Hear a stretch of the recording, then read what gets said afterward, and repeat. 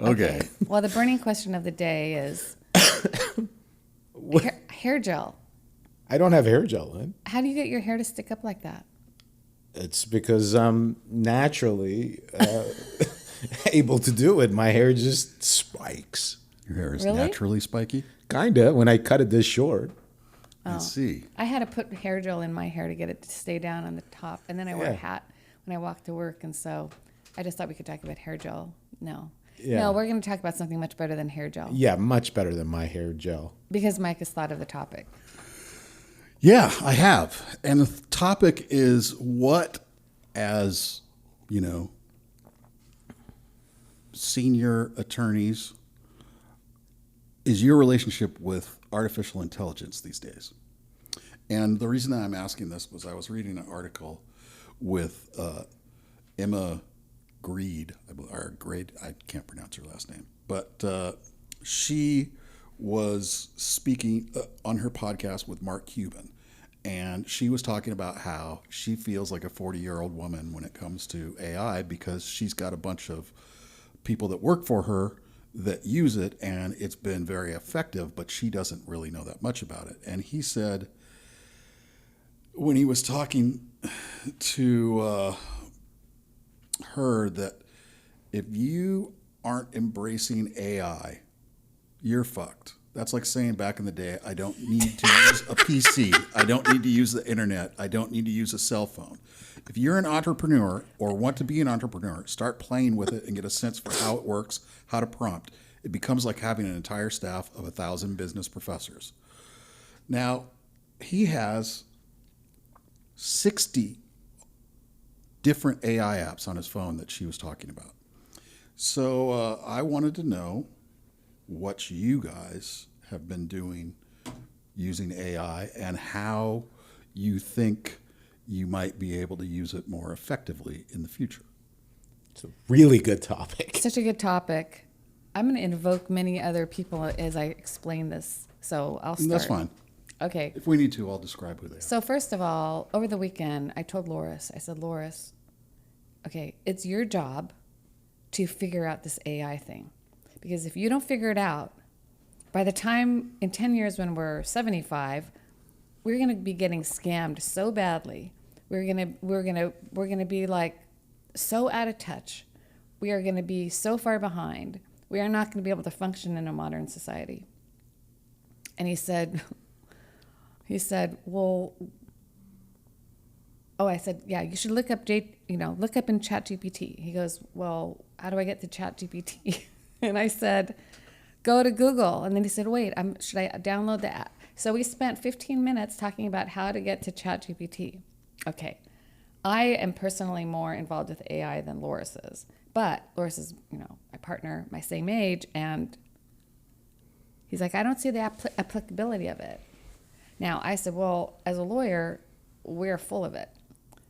Well, we are full of it. But That statement can mean something else. number one, our code of ethics say that we have to be competent. Yeah. That inherent in that competency is that we have to be able to manage in the world, and we have to be able to do things reasonably and efficiently and well.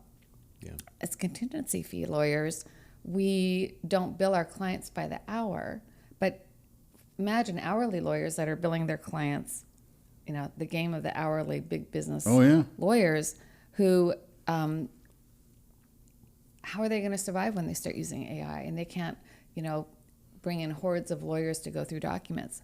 Already, the practice of law has changed fundamentally, at least our practice, because of technology, but AI is changing it even further. So my use of AI is primarily telling other people to figure it out and then watching them do it, although I can use quite a bit of it.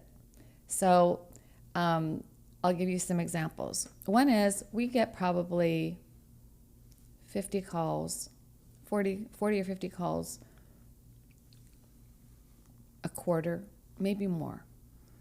Maybe it's more. It's at least 10 calls a week, so maybe 40 a month for people that have want us to look at their medical negligence cases.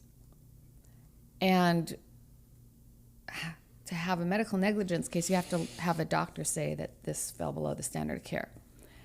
and you have to understand medicine. You have to go look up the different procedure and then the pre-existing conditions and then all this stuff. And step number one is we can't even meet with someone about that until we get medical records.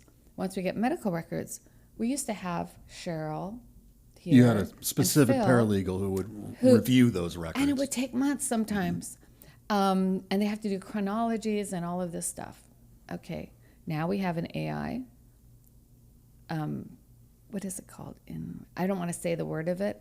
We can do it inside of our own case management software, but we use a different An outside one. AI. Yeah, outside AI that can get it to us in. Yeah. You feed it in, and then it gets it back to you. And it isn't perfect, but for the intake process, it's perfect enough. We can really see, we can understand. You then get have the all the stuff that could have chronology. taken months, and you're getting it. Certainly, it would take months just because there's such a volume of it, and there's one person doing it or two people. Or a lot of companies, a lot of lawyers that did a higher volume even than us, they would send it out to, they wouldn't do it in-house. They would have some other person. They would do have it. an independent nurse or Contractor. something. Yeah. And the thing is, for medical negligence, like maybe you might take one every couple months. You're not going to, it's like 100 of them you'll go through and you'll take one because they're very difficult. And a bad outcome doesn't mean there's medical negligence. You have to really prove that it fell below the standard of care. So that's one example.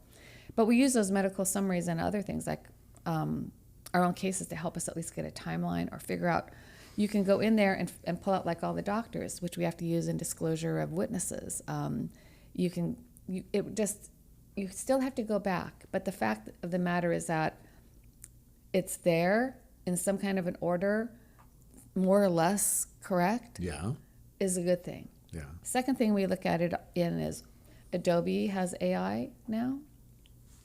Same thing. You can pull stuff from there. You can do all kinds. You can get summaries. We use AI in Teams, which is our meetings. I can do a lot of this, which is you can use it's connected to Zoom and Teams, where you can hit the summary and create a summary afterwards. So you don't have to take verbatim notes. It takes the verbatim transcript, but then it can convert it into a summary if you missed a meeting. And then our case management software has AI in it, which we've just been starting to figure out how to work with. We use Smokeball. Its AI person is Archie. And if you put in all the data, Jamie in our office can answer interrogatories with it. Again, not 100%. She goes back and looks at it. You have to review it afterwards, but that's what Everything. everybody has to do with AI Yeah. right now for most of the Yeah. stuff. All of the lawyers have Westlaw. We do have Westlaw AI. We're paying the extra for the AI version. I do it both ways because I don't trust it yet. So I do it the regular old, Westlaw way, which I'm pretty antiquated in. I can do it even pre-Westlaw. I practiced before there was Westlaw on the computers. But you can do it the Westlaw way, and then you can do it the AI way, which I think most people here do to compare it to see which version. AI, I still am not comfortable with the fact that I get what I need out of it, but sometimes I get stuff that I don't get the other way. So it's like two different ways, which is a good thing for lawyers to do because we don't want to really miss anything, is to have more than one way to get stuff. What I don't do is use AI to write. But there's people in the office that do on certain things. For example, Brad uses AI to prompt him on blogs. He likes it. And then he goes in and he works with it from there. He just kind of gets hey, I'm interested in this idea, and they'll give him, it's like a starting, he calls it like it's a starting place. Mo uses it to correct his tense after he's finished writing it. But both Mo and I are pretty prolific writers. I'm uneasy with having it write for me because I like writing. I like my brain connecting, and I do it really fast. But it's not always perfect, so I probably will eventually use it to correct my grammar. However, the problem with me is that I intentionally am not grammatical a lot of the time because I like to write as I speak, which, like, I can have a sentence be one or two words, which it wouldn't like. So until I can train that, I'm not happy with it. And I can go on and on. We are using it more and more. We have actually, I actually asked at our last meeting, attorney meeting, that management meeting, I want to have an AI seminar for the law firm, not seminar, but presentation, and probably will be quarterly, if not every other month, as this process is continuing, which could be for the next many years, because we need to keep everybody with AI front and center. It was the single biggest talked about subject at American Association for Justice annual convention over the summer. There's so many vendors doing it, so many legal vendors, and you go from one to the next to the next. And my question is, well, how are you going to be here next year? Right? Who are you going to merge with? Because ultimately, it's a constant evolution and revolution. And then the final thing I want to say about AI, before I turn it over to Mo, is that you can't ignore it. If you do, you can't work at this office, which is a harsh thing to say. You can't not know tech. You can't not be familiar with anything like this and work in an office like this anymore. We have to evolve. We're at our 80th anniversary, and it's adapt or die. Thank you. I think that should be our new tagline: adapt or die. But there is one last thing, which is I read some article. I think it was on McKinsey, the biggest consulting company in the world. And they had let go about 20,000, which they said that was normal for them, or not surprising. But what I thought was very interesting was that they have deployed about 12,000 at the time, which I'm sure is way more now, AI assistants. This is what I'm most interested in, is I want an AI assistant. I want them to help schedule. The fact that our paralegals have to spend hours every day scheduling especially when we have big cases and there's 10 lawyers on a case. Do you know how long it is to schedule anything? Oh, I do. Yeah, it's ridiculous. So, AI assistant. I predict that everybody will have an AI assistant in the next so many periods of time. All of us, you're going to have one, you're going to have one, I'm going to have one. Yeah. It's like the science fiction movies where everyone has a computer in their house that they talk to. It's getting there now. I'm going to name mine Jacqueline. You've already got it named. Okay, Mo, Jacqueline. your turn. Jackie Okay. for short. So Is yours going to be named Jacqueline too? yeah, maybe, yeah. So I'm not worried about AI, and because. And you're 20 years younger than me. Yeah, I mean, I'll tell you why. A couple of things. One, I would take you back to when the motor vehicle revolution, where there was a ton of cars being developed. Wait a minute, you were not alive back then. Just hear me out. I'm going to tell you a little history and then go to when I was alive. Okay, I was not alive, but I'm talking about the 50s and 60s when everybody started to make cars. Mm-hmm. If you go back and do a little reading about what happened then, so many cars were produced that were duds.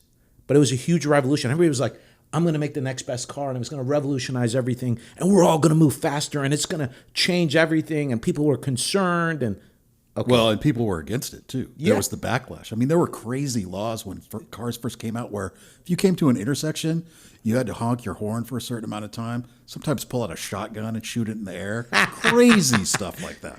So then there was the dot-com boom when I was getting out of high school. I was, oh my God, everything's going to come to an end in 2000 and it's all going to crash.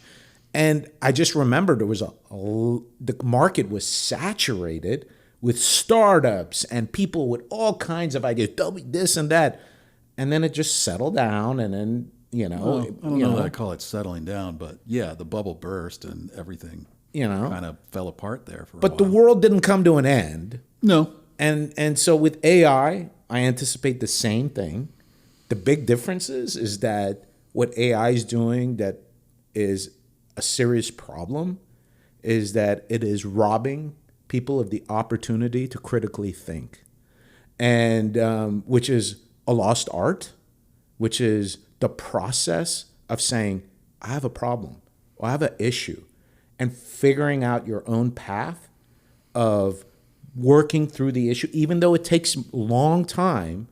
That process of working through that teaches you certain things about relating with people, about talking to people, that you just cannot, you can't. And I only say that because I'm a poet. Like, this is a big one for me when I like read and write, is that I have asked AI to write poems for me. I go, write a poem for me. And it like produces a poem. I go, interesting. But you can tell that it's there, that it is not, it is just a bunch of words kind of spit out. But sometimes the damn thing puts something out and I go, that's pretty damn good. That's a nice poem. But then I want to talk to the poet and ask them, hey, talk to me about what you were thinking and feeling when you went through the selecting these words, and tell me a little bit more behind, give me more depth. There's no one there. It's an AI machine. No, it's just programming at that point. Yeah. To me, they're like the you know, part of, you know, the love of life is like interacting with a human being about process and being in relationship. That's true in law. I mean, Darcy and I. Wait. I mean, I'm not finished. Don't go to Darcy. No, because we had a really good process oriented about working out a legal issue and talking about it and like going back and forth and engaging and discussing, whereas AI could have easily answered our legal question quite quickly. So I just think that... Let me just say here, again, we're 20 years apart. Yeah. And he's got an old person's mindset. He does. Let me tell you why. This is And what it And says. that's what I like to call the When- fear of change. When I'm not worried I was about a changing. child, I walked 15 miles and so. Okay, let me give you a profound difference here.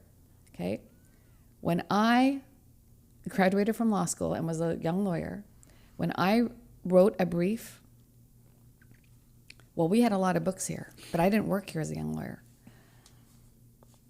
I had to go to the law library. I had to go downtown to the law library, King County Superior Court, which often would not have all my books, and I would then have to go to the UW Law Library. I had carts. I had to pull the book, see these books, I had to pull them physically off the shelves, maybe 15, 20 at a time, move them to my desk. Then I had a separate book for shepherdizing to make sure that it was up to date. Then I would take those books back and then get the shepherdized books. I would spend days in there. I'll take you even further. How did you find all of those books at the library? Index. Yeah, they don't have that anymore. Most millennials don't even know what that is. Yeah. So when people got to Westlaw, which I just talked about, Yeah. and it's before AI Forum, I thought they will never, we always said, they will never know the rigor of what we used to have to go through, which is true. However, as an older person who has gone up through and is learning, the thing about the human spirit is its resilience and its interest in continuing on. Once, and I don't want to say that it's mundane, because a lot of it was, I didn't think it was mundane, but when you have a technology like this that's going to elevate you up, fighting against it, all it's going to do is keep you down. A critical thinker now is going to be a critical thinker with AI. A non-critical thinker now is going to be leveled up a little bit. It'll be better for humanity because those people weren't able to critically think as well as other critically thinking people. But it is not going to disappear anything. My experience has been that the art of critical thinking is being lost, and it's not just like It was lost the a long time engineering. ago. No, it's not just the engineering of an answer through the thought process and reflection, the Socratic method, deliberation. It's the What loss do we of need it for? Well, What do we need critical thinking for? it's the loss of emotional intelligence. It's the loss of relationship. It is the loss of human-to-human interaction. There's still That is the humans. risk I think that the technology presents. Is that that's fine. I use the technology. It does make my life easier in many Okay, respects. so is this what we're going to do, Mike? You're going to go, okay, you and Deborah are having an argument, and you're going to say, just a second, I need a moment. And you're going to run to the bathroom, pull out your phone, and go, hey, ChatGPT, she said this. What should I say now? And then Well- you're going to run back in and say, hey, Deb. And you're going to give her the answer. And then she's going to, hey, just a second. She's going to run over. She's going to go to the library and she's going to say, hey, ChatGPT. No. Mike said this. What should I say ridiculous. No, this is Let Mike answer. I asked Mike. No. Mike's a musician. You got to let Mike answer. No, Mike. Is that what's going to happen? Well, see, from what Mo was saying and from what you were saying, my reference to the index card as the way that you searched for something at the library, that became the search engine. Now, most libraries, everything's online. You can use a search engine to find it. You can use Google to find the library that you're looking for. That is where what Mo's talking about started. It slowly, bit to bit, went from when you had to think more about what you were doing. You had to find a way to find what you were finding, and you had to read and you had to think to be able to do that. Now, people just this is before AI was actively being used. People were using Google like it, and Yes. people were using Alexa like it, and Yes. people were using Siri like it. And they were taking away some of what they had to do and replacing it with a computer doing the job for them. Then we had the pandemic, and the personal, physical interaction between people became lost.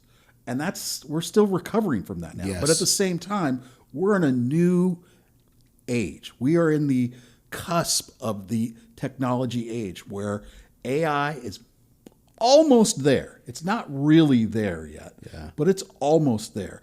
And because it's almost there, there's way more tools than we used to have that people can use. And like Karen said, 5 years from now, you're going to have an AI assistant, and you're going to be talking with it like it's a real person.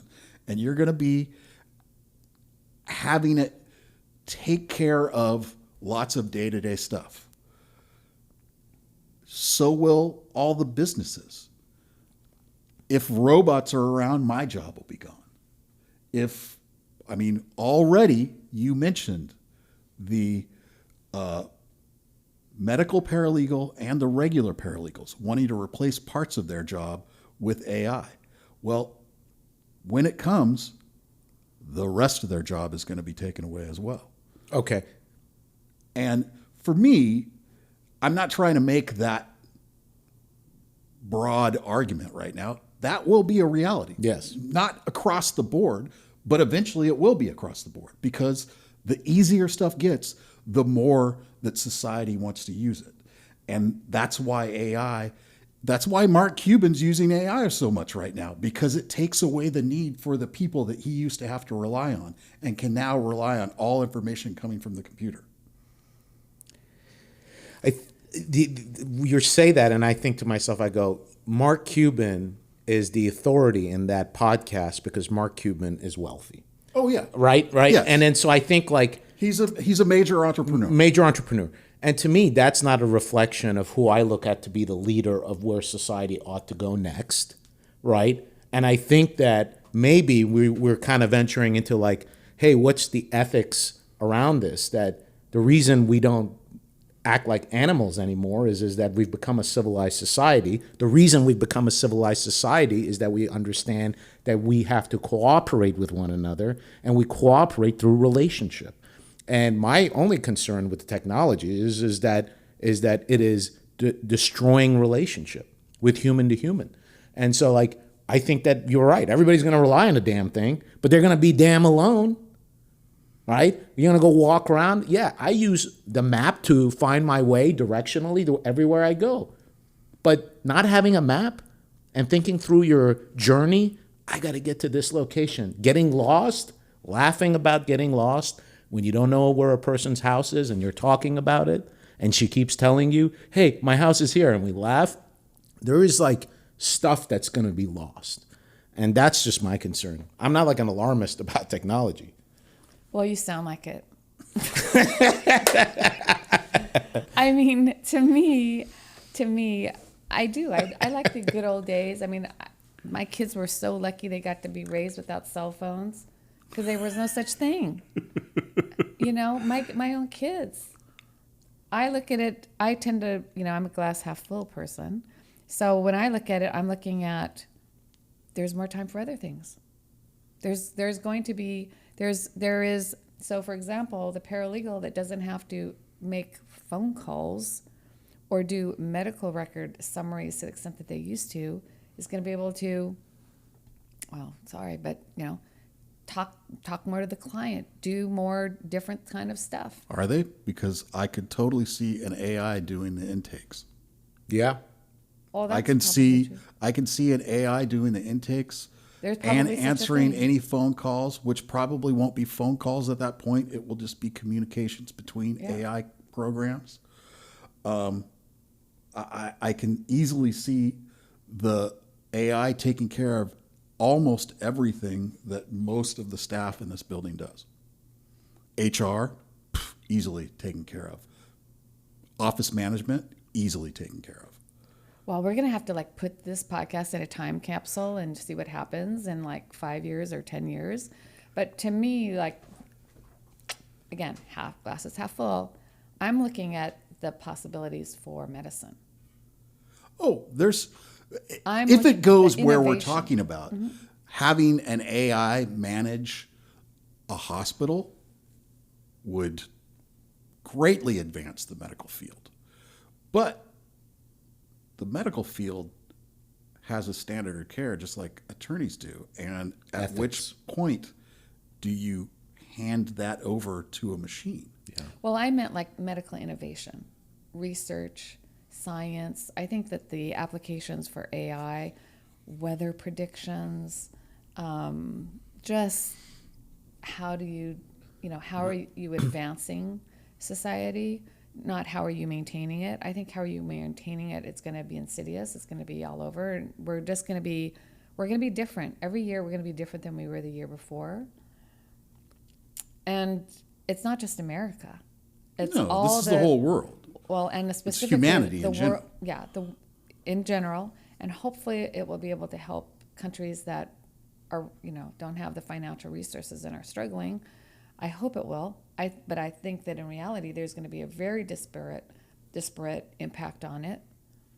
But yeah, it is a very interesting topic. Most people, I think, are resigned to it. Many people are like, Mo, who see the negatives more than the positives.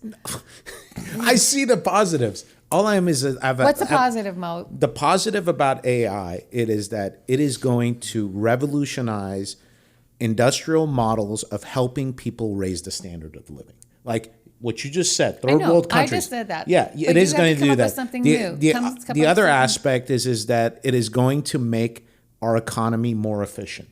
It is going to make it more efficient because you're going to be spending less money on things that you would otherwise spend more money for the cost of the labor. That just makes things better. It frees up the economy to innovate and do other things. How are people going to work?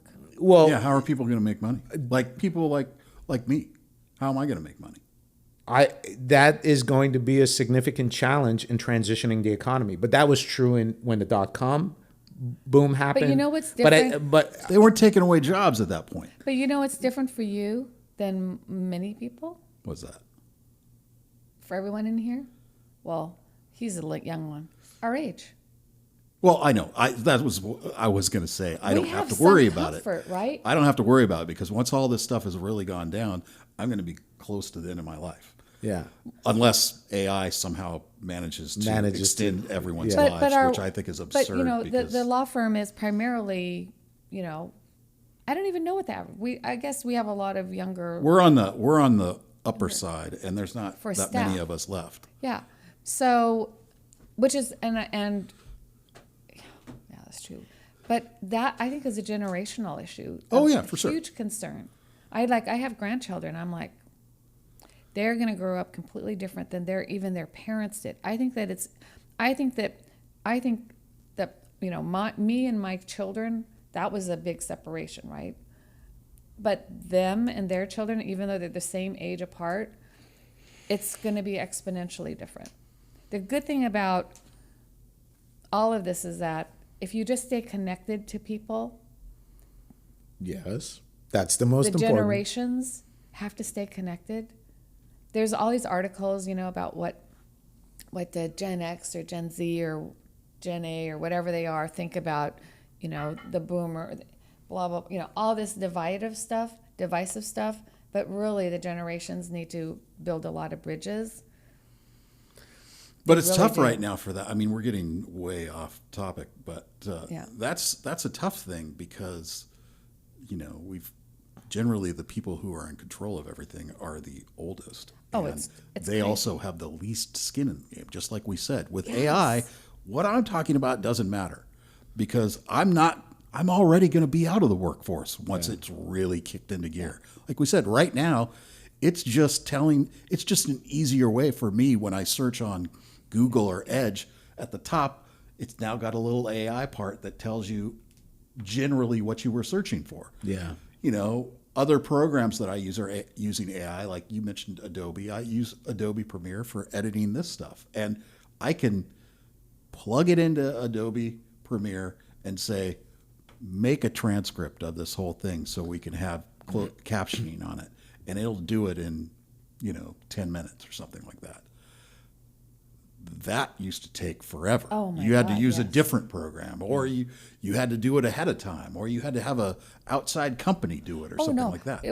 For Mike, this is what used to happen. Get the deposition. I take a deposition with a video, and then I would the court reporter would give us a transcript. Then we would get the tape from the videographer because I would want him to just pull excerpts, and then I would go into the deposition and I would. This is at the very beginning. I would manually highlight it with a yellow highlighter. This is before Adobe Pro. And then he would take that, and then he would get the video, and then I would go through, fast forward and reverse until I found the phrase that she was talking about, and then use that to edit that part out, and then repeat that process for everyone that she had asked for, which sometimes could be quite a few, which could take sometimes days, depending on how, if it was a I wanted little multi-hour clips one. for trial. And then you would end up with 20, 30 clips that you take to trial. And sometimes I'd have to do further editing on those. Yeah. Now, I could plug that stuff in and you guys can say that and I can just look at it and then I can remove it. Yeah. I don't have to leave it on. Yeah. well, Mike, you started this whole thing on AI. I think you Yeah, should end it. I think it's interesting. You mentioned that, Mo's the youngest one in the room, and he seemed to have a little bit of apprehension on it because he believes it's going to cause a lack of interaction between humans, which you're probably right about. Yeah. Karen, you think that it's essential and that everyone should learn it. And that's been you since I've known you. You've always, like you've said, you've always wanted to stay ahead of the curve when it comes to technology. And AI is the next curve to follow. And it's quickly, I have another friend who's been working for the last 2 years to start a new company that helps with sync licensing for music, for commercials and movies and TV and stuff. And it's, the company that they started, it'll be so, like if, say, we wanted to get some music for the podcast as an intro, we could go and you could say, I want something that sounds legal, but with a soft hand and a female viewpoint. And it will pop out 5, 10, however many songs you ask for that you can then listen to that fit that description. You could put any phrase in, Yeah. Wow. and it'll do that. Yeah. That's pretty amazing because, for sync licensing before, it was a weird company that you had to send a letter to in Los Angeles or New York, and then they would write back to you and tell you what the cost of it was going to be for you to put it on your record. And now it's even different because with licensing for the internet, it gets even more confusing. Well, a company like that's going to make it simple. Yeah. Yeah. And I think there's no choice but to use AI, much like your analogy of when cars started. I think people had to give in to the fact that cars were going to make transportation easier than it had been before, faster, more efficient. The ability to move goods across the United States was now much easier than it had been before. AI is the same thing. It's gonna, while it's going to take away jobs, like I do fully believe that, and I think that that is one of the most important issues that need to be discussed on a governmental level, which they are all freaking ignoring right now. Yeah. And I think that people that don't use it, just like everyone else, are going to be behind and are going to be confused in the new society that's created by this, because everywhere you go, there's going to be an AI talking to you. And everyone that you know is probably going to be using AI to manage their lives. Like Karen said, it's going to be a lot easier if you could just look at your phone and say, make an appointment for me at this time, or hey, can you get a reservation at this restaurant? Or hey, I got to go to the doctor. Can you, but I don't know which one to go to. Can you find me one? I mean, heck, every time that I'm looking for doctors on my insurance plan, sometimes it takes me days to figure out what I'm looking for. And AI do that in seconds, or even faster than that. And I don't know why anyone wouldn't want to use that. But I think everything's moving really fast, and we should be taking a little bit more baby steps in that, because we've got several major companies that are all competing with each other for AI, and I guarantee at some point they're all going to merge into one thing. Because once the AIs really start working, they're going to eat each other until there's just one. Time capsule. Yeah. I'll tell that to future Mike. Future Mike. We'll see what happens then.